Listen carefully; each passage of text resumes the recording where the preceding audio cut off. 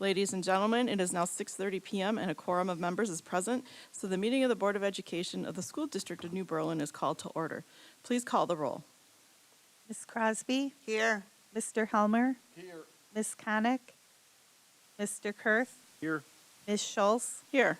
Mr. Seidel? Here. Ms. Spindler? Ms. Connick, let me know she is unable to attend this evening. And I would entertain a motion to recess to closed session. Madam President, I move to adjourn into closed session pursuant to Section 19.85, 1C, E, and F of the Wisconsin statutes to consider A, the approval of closed session minutes of January 16th, B, the employment, performance, and compensation matters pertaining to staff, C, discuss and approve the West Bathroom Concessions and Storage Project, and that's all. Second. I have a motion by Mr. Kurth and a second by Mr. Helmer to, oh my goodness. Yeah. To move into closed session. Something got erased from my little script here. So please call the roll. Mr. Kurth? Yes. Mr. Helmer? Yes. Ms. Crosby? Yes. Ms. Schultz? Yes. Mr. Seidel? Yes. Ms. Spindler? Yes. And we are moving into closed session and we'll return to open session around 7 o'clock.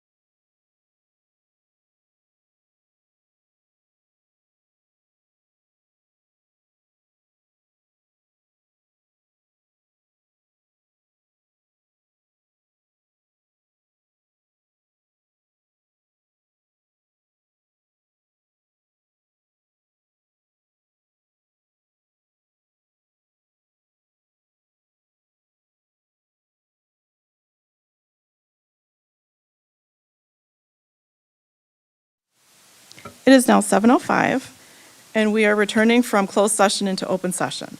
In recognition of the serious and important nature of our efforts here, we will join in the Pledge of Allegiance to the flag. For all those who are able, please rise. I pledge allegiance to the flag of the United States of America, to the republic for which it stands, one nation, under God, indivisible, with liberty and justice for all. And now for those who wish to prepare for the meeting, we will have a moment of silence.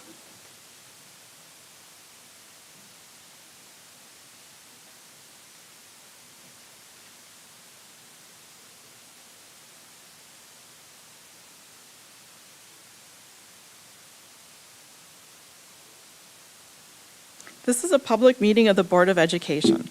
Prior to this meeting, notice was given to the public last Friday by providing the agenda to the City Library. The agenda was also posted on the district website. A copy of the agenda was forwarded to the Journal Sentinel, the Waukesha Freeman, and the Waukesha Now, all of which have filed requests for all public notices. Privilege of the floor, do we have any? No. Okay. Then President's message, just have a brief message. Ms. Crosby and I attended the WASB State Convention last week, and we took quite a few of the seminars they had there. One of them happened to be, I took, was the Student Achievement and Progress Monitoring, which I thought was very interesting because that's something that the board is really focusing on right now. And so I will be sharing some information I had learned at that seminar with the board at a later date. I think I might even work it into maybe a work session at some point. Now we have our administrative team report, the superintendent's update and student representative update. Yeah, we actually had the opportunity to attend that same conference with Janet and Amy. We actually also did have a presentation that was done. Kelly, could you talk about that presentation? Yeah, so we partnered with Pewaukee School District to do a presentation on artificial intelligence and how that's impacting our schools. We were, I don't know, Dave, I think we had probably we had over 100 people at our session because we had copies for 100 and we ran out. So really talking about how our teachers are utilizing and can utilize artificial intelligence to create and review student products. And so it was a nice collaboration with Pewaukee, and we've actually been invited to present at the state superintendent's conference now in March. Thank you. No additional updates. Angelina. First semester has officially ended, and students are preparing for schedule adjustments coming into second semester tomorrow after putting all their hard work into mid-year exams last week. Students in French 5, 6, and AP spent the past quarter learning about health systems and comparing all components of health between US and France, all in all to build a claim with the given resources and write an essay, then peer review their work with other classmates. Our academic decathlon team competed in a local competition where they took first place in the entire state and scored the highest score in school history with 24,723 points. Of the 6 honors awards categories, literature, music, math, art, economics, and social science, 2 students, Angel Chow and Sebastian Correa, managed to place at least top 2 in every category. DECA students have competed at District 5 Regionals in Kettle Moraine, where 16 qualifiers from West will advance to the State Career Development Conference. The ASVAB test, also known as the Armed Services Vocational Aptitude Battery Test, was administered at West on January 10th for 10th to 12th grade students to determine if you are qualified to enlist in the military and to assign you to an appropriate job in the military. This test measures a young adult's strength and potential for success in military training. The NBW Theater Arts program has been working hard on their spring play, Wizard of Oz. An informational meeting for high school and elementary students was held on January 4th, as well as auditions. The cast list was announced this past weekend, and students will be preparing for the next 2 months for opening night on March 7th. Tri-M Music Honor Society is hosting the annual Best of West talent show on Thursday, March 21st in the PAC, and will be holding talent show auditions within the next few weeks to guarantee a spot. As the new semester is underway, Mr. Fesenmeyer held a chat with our principal on January 16th via Google Meet to talk with NBW families about any questions or concerns. Also, Mr. Fesenmeyer has recently announced his retirement from the school district after this academic year, and interviews for the new principal position were held last week. Both Ike and Wes French Honor Societies teamed up and held their famous French Fest event for 6th grade students interested in taking French when attending middle school next year. The 2024 to 2025 course selection window is now open until February 9th for students 7th through 11th grade to sign up for classes next year. The annual Winter Crystal Ball Dance will be held this weekend, with the theme being Fortnite, and Spirit Days filling the week leading up. The middle school dance will be held on Friday and the high school dance on Saturday. And finally, our highly anticipated West versus Ike doubleheader basketball game took place last Wednesday after being postponed due to inclement weather. Our girls basketball team kicked off at 6 p.m. and played hard, but were not able to defeat our female Lion rivals. However, our boys team kicked off at 7:30 p.m. and were able to close a tough game with a 69-55 win. Thank you. Thank you. Then we have our district reports, which include the incident report, the enrollment report, suspension report, and the donation report. Mr. Seidel, would you please read the donation report? It would be my pleasure. Our first donation was for Orchard Lane PFC to support Orchard Lane co-curriculars throughout the school year in the amount of $1,281.60. The next one was for Ronald Reagan Home and School to support Ronald Reagan by purchasing a classroom rug and wobble seats in the amount of $685.34. Next one was also for Ronald Reagan Home and School to support Ronald Reagan by paying for the bus for the choir field trip in the amount of $515.95. Next we have Eisenhower James Collins support Eisenhower eSports with a donation of 3 game controllers valued at $49.99 each.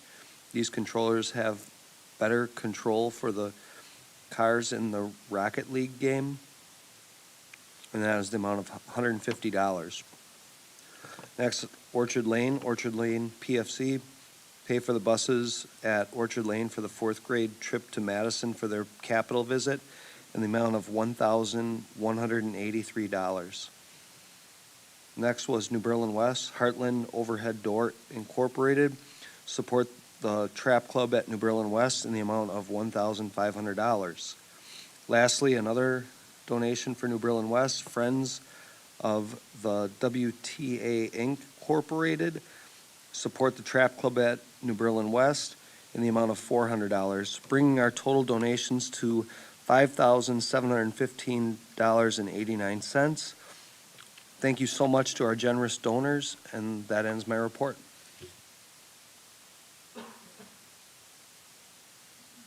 Thank you. Then we do have our consent agenda, which includes the notice, the approval of the minutes of the board meeting on January 16th, and the financial reports. Are there any items that should be pulled out for separate consideration? Do I have a motion for the consent agenda? Motion to approve. Second. I have a motion by Mr. Seidel and a second by Mr. Helmer to approve the consent agenda as presented. Any discussion? Hearing none, then all those in favor, raise your right hand. Motion passes. On to our regular agenda. We have a presentation, data, why it's important, and how we use it. Yeah, so I'd like to have our speakers come up. So we presented to the board the fall data, and we are bringing that back at the next board meeting. Some of the questions that were raised at the previous meeting were good ones raised by the board, related to, what exactly, why data is important and how exactly are we using it. And so I've asked kind of members of our team to present today in advance of next week's or the next meeting's presentation to kind of dig in a little bit of why is it important to us and then how we're actually using it from multiple perspectives. So I'll have the team members introduce themselves as they come up, but I'll hand it over to to Principal Lindner to get this thing started. Good evening, everyone. Royce Linder, very proud principal over at Orchard Lane Elementary School. Happy to get things started with you this evening.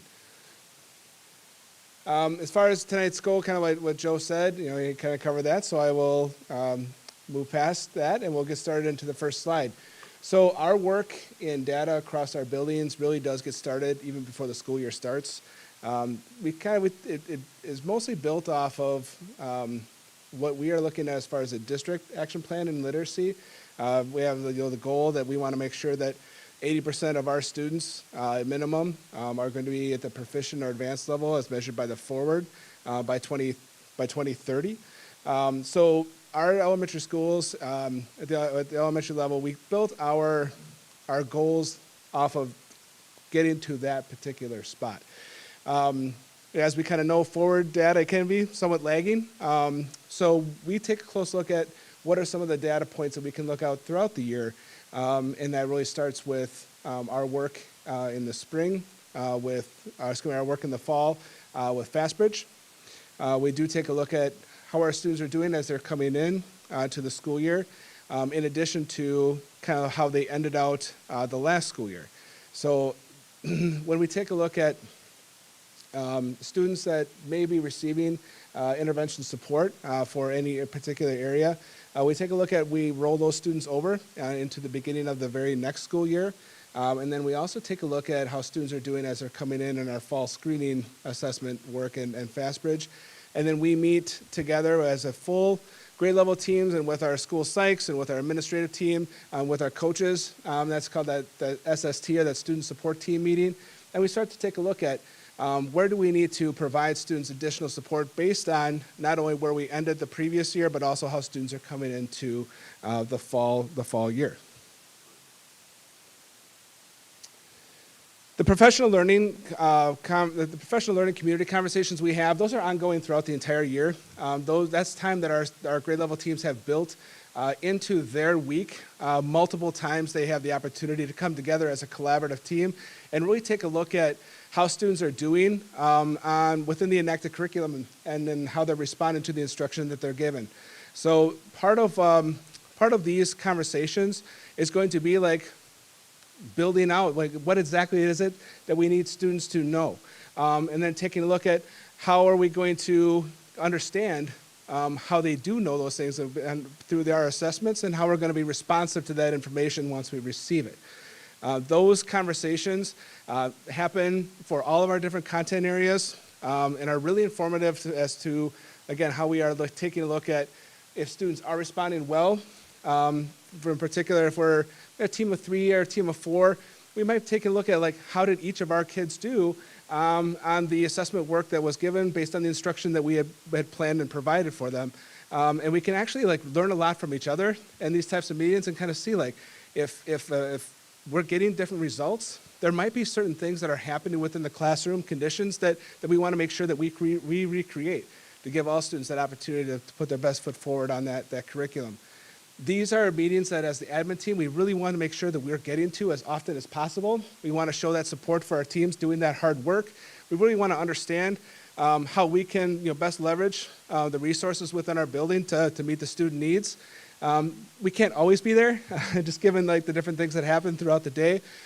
So our teams are really diligent about making sure that they're creating agendas for these meetings, writing down minutes, things like that we take a look at as an administrative team and take a look at as a building leadership team, often just to make sure that if there are things that our teams need, that we can provide for them.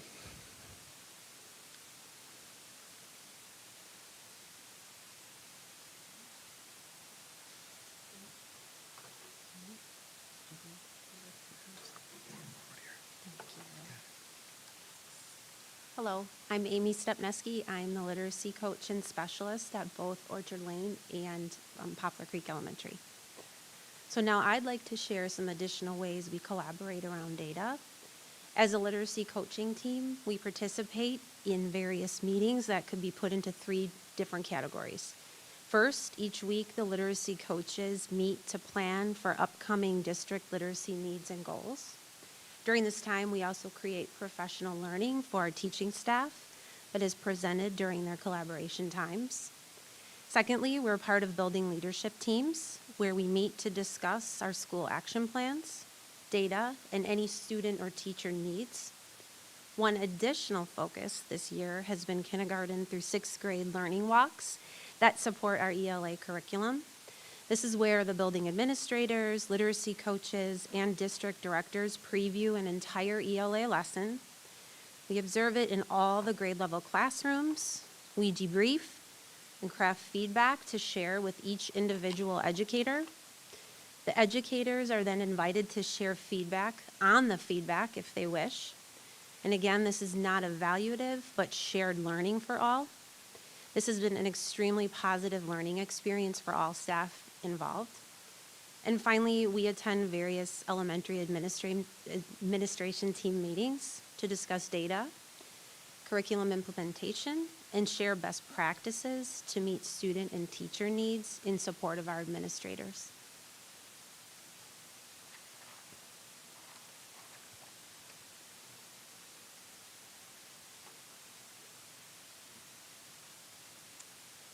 Hi, my name is Kate Stinson, and I'm the literacy coach and specialist at Elmwood Elementary in Ronald Reagan.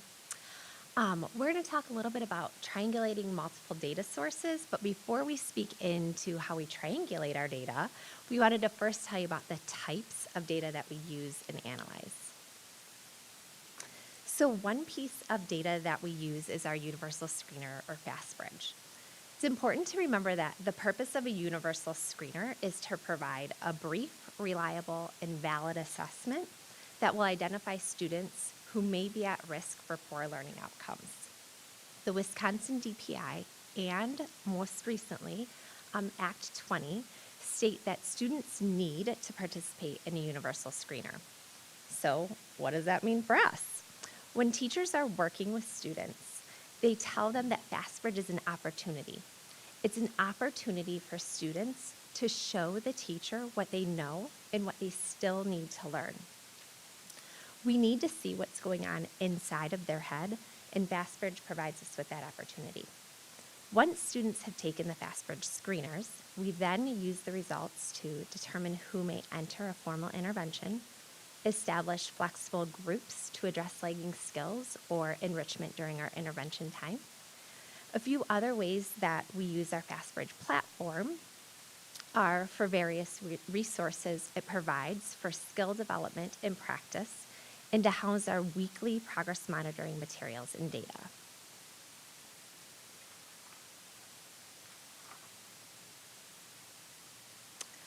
We also use FastBridge screening results to establish additional data points for our school action plans, set student learning goals as grade level and collaborative teams. Administrators and coaches analyze the screening data for trends and patterns, and then we analyze cohort and grade level data across the district.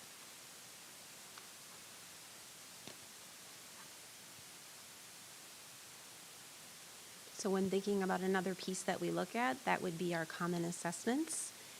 So common assessments are another measure that is used when we are triangulating data. And common assessments are administered, graded, and analyzed using the same protocol to provide equal assessment opportunities for all. The same for each grade level across the district, so it isn't different in a different building. Provide a platform of transparency for all SST members.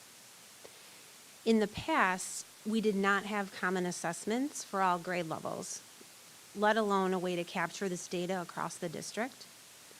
Now we are able to analyze trends and equal learning opportunities because of our common assessments and data assessment sheets, as you can see a sample on the slide. These sheets support our professional learning communities as everyone is able to see this data in order to make informed decisions. Both school teams and district teams are able to measure student performance to determine who may need support or enrichment.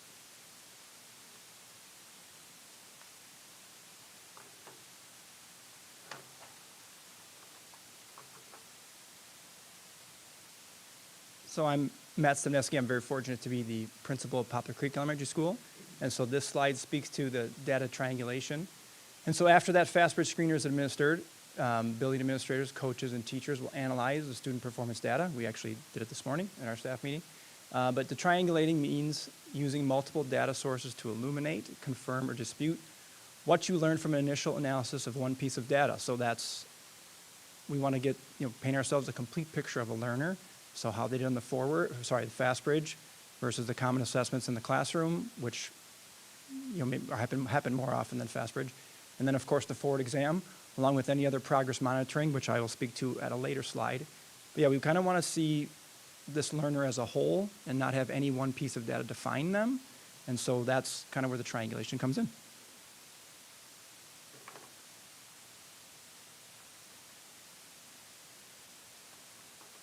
So just taking a little bit deeper dive with how this all is used, grade level teams and building leadership teams consistently monitor the student data throughout the school year.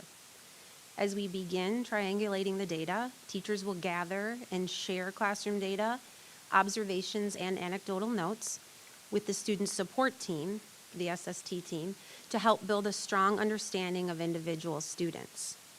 Students who score at the 25th percentile or lower on our FastBridge screeners are then considered for a formal academic intervention.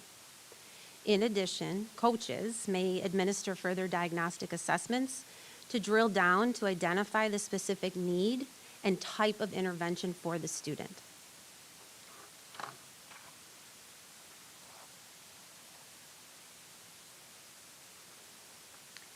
As briefly mentioned before, each elementary school has a student support team, and they follow an SST schedule of meeting approximately every 6 weeks or as needed to review data, monitor student growth, and place and monitor students in intervention. To give you a better picture, grade level teachers, special education teachers, school psychologists, literacy coaches, and building administrators make up the elementary student support team. The team makes strategic adjustments to the intervention if students are not meeting the established goal. In addition, when students continue to grow, they are monitored until they have met exit criteria, which is the 40th percentile through progress monitoring probes or a FastBridge universal screener.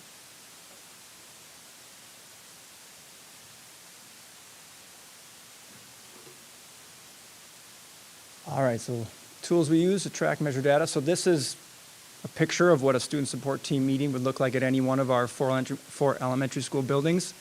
As Amy said, school psychologist and vice principal, the whole grade level team. We're looking at multiple pieces of data, as you can kind of see by the screens there. So let's kind of zoom in. So one of the screens will usually have this on there. This is one particular student's progress monitoring. So every week they do this CBM for reading because they are in a formal intervention, and we track that progress. Even students that are not in a formal intervention, if we feel that they could be or should be or might be, or we're maybe kind of concerned about any lagging skills they might have, we have them be kind of in a targeted group during intervention time as well, and we progress monitor their progress to see, no, we think they're good, they're doing well, they're proficient, they don't have to go into a formal intervention. But then other friends of ours, well, maybe it's time that they do enter a formal intervention because we're progress monitoring them every week. So now this graph that you see, that black line is the 40th percentile or proficient at this time of the school year. And then the dotted lines are kind of like the trend line of where we think they're going to be. And then the other line is the goal line, like where they should be. So now, obviously we pulled a pretty nice graph for you. This one is, they're, nice progress there, but other students' graphs sometimes look like this. And so that's, kind of our cue as a building leadership team, because we look at these every week, is to maybe say, like, maybe this isn't the right intervention for them, or maybe that student should go into into a formal intervention. So this is a nice, clean graph, but progress is not a straight line. And so other friends have different graphs. Another screen that we saw, so like we said, we got a couple different screens going on at the same time, and then we'll kind of look at if we need to take an even deeper dive with a student. So this is one student's particular profile, and in our software system, in EduClimber, we can see the last FastBridge test, that's the auto reading and the A reading. There's their grades for English language arts. There's their last, as we said, their CBM probe is on there. So this kind of speaks again to that triangulation, all of their data in one place. And at Poplar Creek, at Orchard Lane, at Reagan, at Elmwood, we're looking at really this screen like for every kid. For every kid every 6 weeks, and then those that are most concerned every week in our building leadership team meetings. You can also see their attendance on there. You can see if have been any previous interventions that they've been on, and so this is actually a really great tool that will go on to middle school, and then even middle school teachers can go back and look and see the progress they've made when they were in elementary school if there are concerns once they leave us. And then the smiley face is there because on every single individual student, their picture is there. So we're not talking about a name, we're not talking about a number, we're actually looking at a child's face, Yeah. but obviously we needed to put a little smiley face on top of FERPA that. says we have to put the smiley face on there, sorry. So that's the software there. Another thing that the buildings do is we've created some kind of data dashboards, and so if we want to see the information or triangulate the data in a different way, our elementary schools have put together whatever makes sense for them as far as a dashboard. And so this is the one from Poplar Creek that Mrs. Terosian, that Jenny put together and maybe even working on right now. So there's just a lot of data. There's a lot of links and tabs, but essentially what it looks like is here's all our kids again. We're looking at every kid every 6 weeks, and then those that are more of a concern, we're looking at almost every week. And so, again, FERPA blacked those out for you. So one row is a student, and we talk about the triangulation. So if you follow that student all the way across, you're going to see how they did on the forward exam, proficient, basic, or advanced. How they did on their most recent FastBridge, what percentile they're in. If they are being progress monitored, how many words correct per minute did they read on that CBM? That's all the way across. Now this is still from, almost when we put this together it was just before the semester ended, so not as much data, but by the end of the year, all those columns will be filled. So we also put in here their most recent unit assessments in ELA, because this is an ELA slide. We have our ELA tab. There's also a math one. But this is ELA, so you can kind of see across the board, one student and really how they're doing, all the data pieces of that student. And with those data pieces come conversations. Well, is it a lagging skill or is it lagging will? I mean, is it a behavior that they're not doing as well, or is it really a lagging skill? So what do we need to teach? Do we need to teach how to attend in class, how to get along with your peers, behavior plan, sticker chart, whatever it is, or is it really truly a skill that they have a deficit in? Is there anything else, social emotional learning, any social emotional learning that needs to be done? Like maybe they're not performing because it's not that they don't understand the content, they have a difficult time with peers, or they're struggling at home, or they're going through some life changes at home, whatever it is, we're trying to support that. Another thing that we're really diving into is the forward exam. So you can kind of see, again, really deep dive, but we have some kids that were proficient or like in the blue or advanced in the FastBridge screener, and then basic or below basic on forward. And that, or vice versa, like they rocked the forward, they got proficient in forward, and then their FastBridge scores are lower than that. And or another example, they're getting 3s and 4s, proficient and advanced on all of their unit assessments, but then their universal screener was at the 25th percentile or lower, or their FastBridge, if that triangulation doesn't add up, it just makes more conversation. It gives us a chance to ask more questions and really kind of dig deep on each kid. And then really for us, as we've talked, and you've talked a lot too about the forward data, like why are you performing so well on these pieces of data or assessments, but then not these?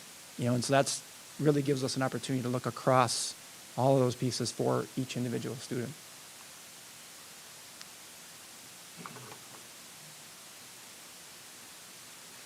So really kind of where Matt was leading us to is what comes next within those conversations. So we talked a lot about how we're doing things together as grade level teams, diving into the student data for that particular grade level.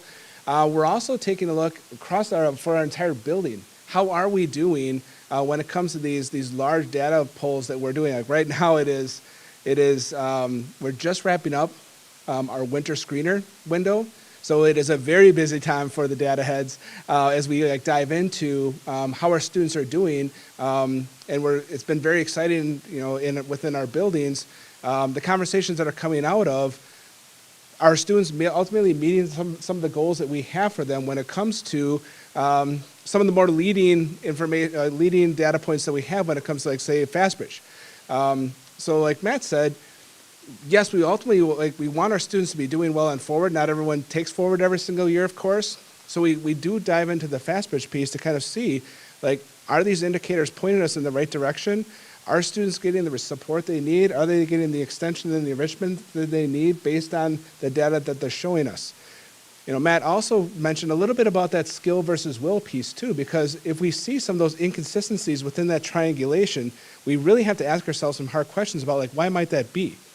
Are there conditions that are within our control that we might be able to address? In some cases, we've had some really good conversations just about what does the testing environment need to look like for kids to do their best, and how can we create that for them? And we've seen already some kids have moved significantly based on some of the conditions that we've been able to create, and have some great conversation professionally as a group of administrators around what are some of the things that you were able to do? How did you get these kids really fired up for those tests? And it's led to some consistencies across our elementary schools on how we're preparing ourselves and our school community for the opportunity to test and really kind of put forth our best foot. We also take a look too at, again, in October, we take a look at our SLOs is something that we take a look at very, very carefully when we create these. So our SLOs are created as an annual study for student learning outcomes for the year. Every single year, that student population that we target within our SLOs, it changes. And that changes based on where students are kind of not only ending the previous year, but also where they're entering within the fall of the school year that we create those.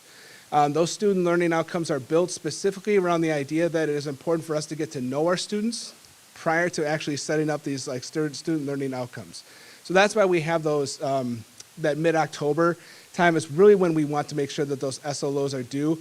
And those SLOs are conversations that we have with all of our grade level teams. And many times in the elementary level, a lot of our SLOs are built as a team goal instead of individual classroom goals. At the end of the school year, we really are taking a close look at how our students ultimately did throughout the year. We're taking a look at did our students were they able to meet those SLOs, and if so, how do we ultimately celebrate that for the year? And I apologize. I felt like I might have been taking somebody else's slide there. Sorry about that. So we're taking a look at how our students ultimately did when meeting those SLOs. If we had students that were receiving any kind of specific support during that intervention time that we have built into our student day, we take a look at if they were able to exit that intervention. That's fantastic. If students were not able to exit that particular intervention within the course of that year, then we take a look at rolling them over into intervention for the following year. We may go through a new baseline those students a little bit differently come the fall. But we want to make sure that if students did not meet that exit criteria, that we still continue to work very carefully on supporting the needs that we've identified. We also take a look at how students end the year when it comes to creating very balanced classrooms for our next school year. We do take a close look at making sure that we can make sure that if we have students that are really looking for an extension, enrichment opportunities in different curricular areas, do they have some peers that they can work collectively within that classroom? Are we building classrooms that are balanced in as far as both the academic needs and social emotional needs, so that we can make sure that we address those as well? And that's a really big part of our work going into the very next fall, and a lot of that starts at the end of the previous year. So what about the secondary, Royce? If you could click onto the next slide for me, please. Sure. And if you could be the holder of the clicker, that'd be great. So we didn't want to have to reiterate everything that was already said. Predominantly, all of this also happens at the secondary level.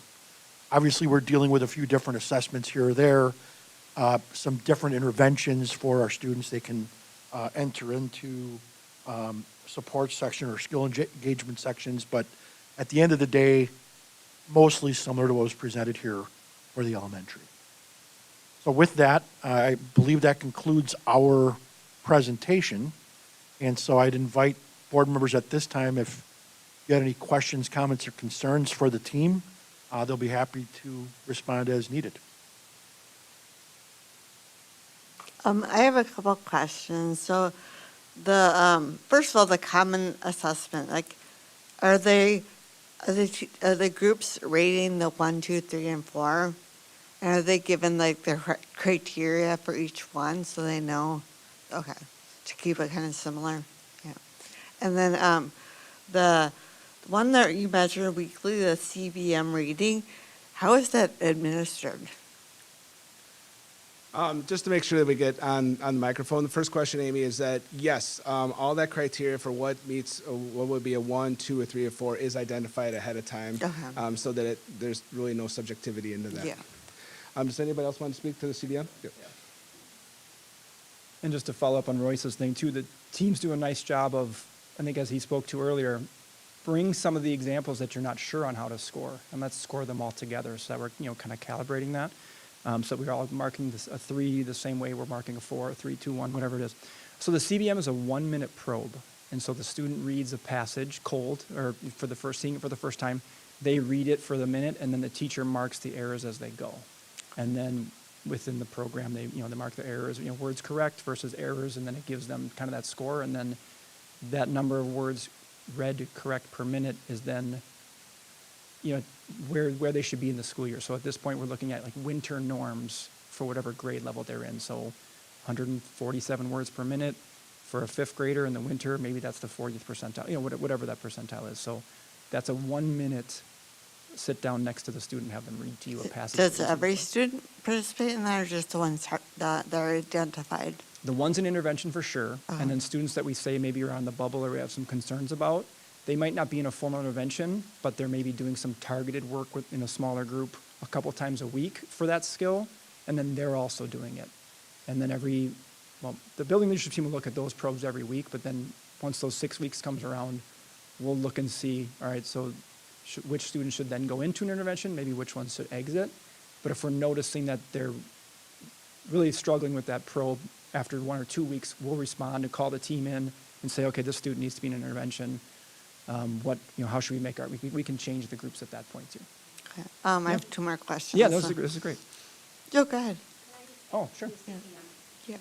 So in addition, our 1st grade, so this winter time, they don't do it right at the beginning of the year, but winter and then spring, 1st grade also takes a CBM screener with their FastBridge middle and end of the year testing. In addition to our 2nd and 3rd graders, they take that beginning, middle, and end of the year. It's the same type of probe, but that's a screener where we're monitoring everybody to get that pulse at those times of the year with specific norms for that grade level. Okay, great. The EduClimber, that's a neat dashboard. How long has that been in place?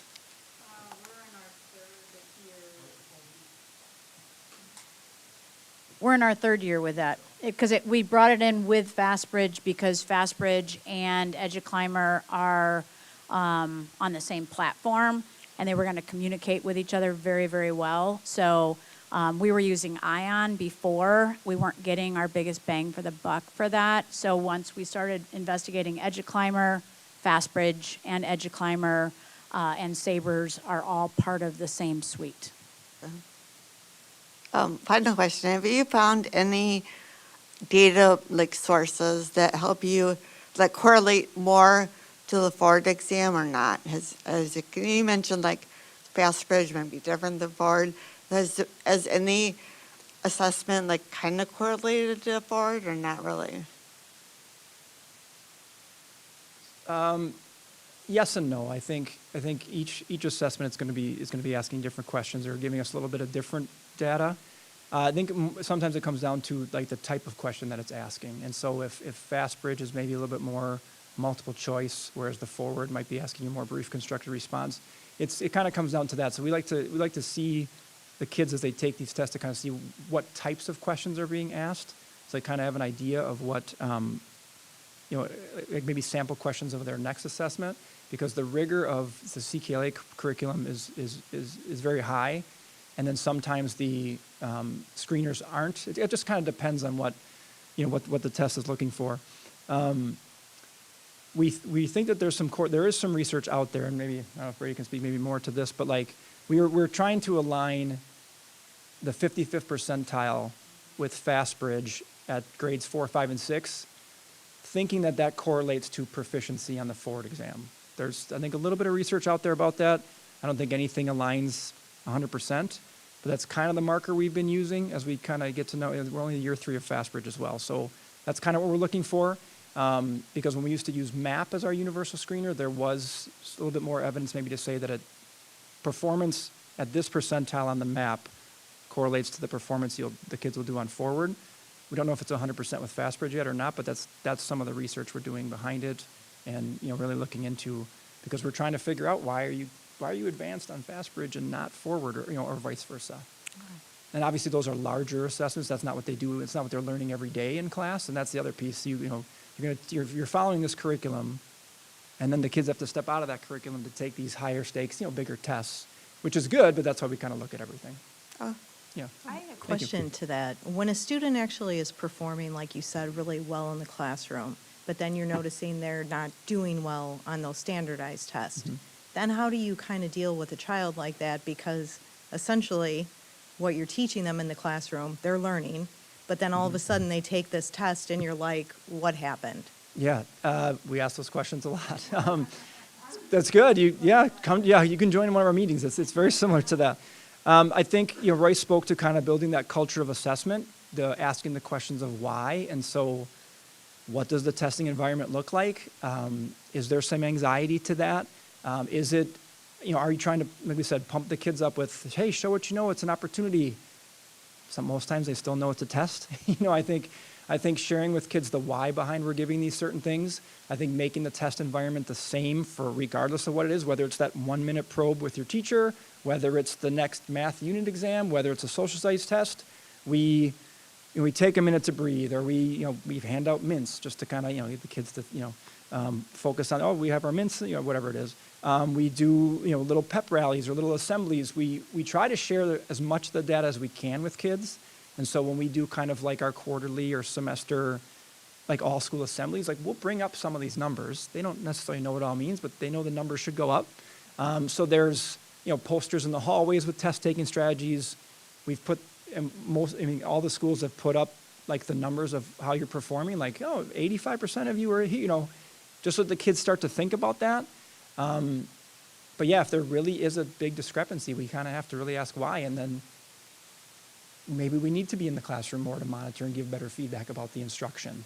Or maybe we need to kind of see what is happening during intervention time. Are these interventions being delivered to fidelity? Are those small groups really meeting 2 or 3 times a week? And what does that look like? Who's delivering that? And so as a district, we've said, kids that are in formal reading interventions should be, that intervention should be delivered by the classroom teacher, maybe not one of the assistants. So we've made that shift, just really trying to make sure that the instruction, like you said, it's never going to completely match, but it should be better and it should lead us to better outcomes. That's a good question, yeah. Are there screeners within CKLA that we're using? Yeah. Everyone's bobbing their head, yes? Yeah, sorry. Yeah, so kindergarten, 1st, and 2nd grade all have beginning, middle, end of year assessments that we utilize. Same with Within CKLA. That's Same with 3, 4, and 5, and we utilize those. Look at that assessment data across, and again, just to echo what Matt said, we're working on the assessment procedures, protocol. How do we answer these questions? What does that look like? What does that environment look like? And that's another opportunity for us. It's only been 1 year, but I guess so it's hard to say what you see in data correlation, but what do you see in data correlation with this? So CKLA versus, I guess, did we even have one for our previous? Because it was more of a homegrown curriculum, so no, you didn't really. this is the first time we've had cohesive common assessments across our district. And it's really exciting. And so looking at some of our CCALA data from last year to this year, anecdotally talking to teachers, we're hearing kids' stamina. Last year, these assessments, they're extraordinarily rigorous. For the And- CCLA ones or the other Yes, one? and they're very difficult. And students, it was really hard. It was hard for us as teachers. It was hard for the students. And this year, we had 4th and 5th graders come in at the beginning of the year, and it was bootstraps up, and they were ready to go, and they did such a phenomenal job from last year to this year. That's not to say that there's still next year going to be even more of a leap, but our students were more prepared to sit and take a rigorous assessment this year as opposed to last year. And with an implementation gap, there's still work to be done, especially for our kids in 3, 4, 5, 6. But they're growing and they're learning and they're really enjoying it. Thank you. Anything else? Okay, thank you. I did want to let the board know that we have a lot of information that we want to share. Obviously, we took a lot of time tonight, but I think it was extremely helpful. But members of the team will be back later this spring to kind of dialogue about the instructional differences that we're seeing from the way we used to do things to compared to how we're doing them now. So we'll let you know when that's forthcoming, but probably sometime in March or April, we'll have that conversation. Thank you. All right, then we have discuss, approve open enrollment seat projections for 2024-25 school year. So we provided our calculations. We are proposing 0 seats based on our formula. Please know that the board policy, which is also attached in your packet, does remind you that while we have 0 seats available per the calculation, the board policy does still allow those current students as well as siblings to be able to maintain residential status through open enrollment. So we recommend approval of the calculation as presented. Do I have a motion? So moved. Second. I have a motion by Mr. Seidel and a second by Mr. Helmer to approve the open enrollment seat projections for the 2024-25 school year as presented. Is there any discussion? Then all those in favor, raise your right hand. Motion passes. And then we have an action item from closed session. I move to approve the west bathroom/concession/storage project as presented. Second. I have a motion by Mr. Kurth and a second by Mr. Helmer to approve. All those in favor, raise your right hand. Motion passes. Now we have our future meetings and dates. Board meetings are generally held the second and fourth Mondays, beginning at 7:00 p.m. in Conference Room E at District Office, which is here, unless noted otherwise. Our next meeting is February 12th, then we have one on February 26th and one on March 11th. Other important events and dates is February 19th, there is a staff in-service. There's no school that day. Then we're going to be returning to closed session, and if I could please have a motion for that. Have to do the little special. I have to read. Go back to 3 and then read the reasons under 12.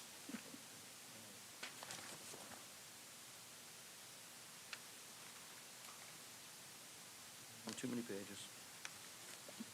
I move to adjourn into closed session pursuant to section 19.85, 1C, E, and F of the Wisconsin statute to consider the executive session review of superintendent mid-year goals, the executive session review of the approval of superintendent contract. Second. I have a motion by Mr. Kurth and a second by Mr. Helmer to return to closed session. Please call the roll. Mr. Kurth? Yes. Mr. Helmer? Yes. Ms. Crosby? Yes. Ms. Schultz? Yes. Mr. Seidel? Yes. Ms. Spindler? Yes. Then we will return to closed session, and we should be adjourning in closed session. I don't believe we'll return. Thank you.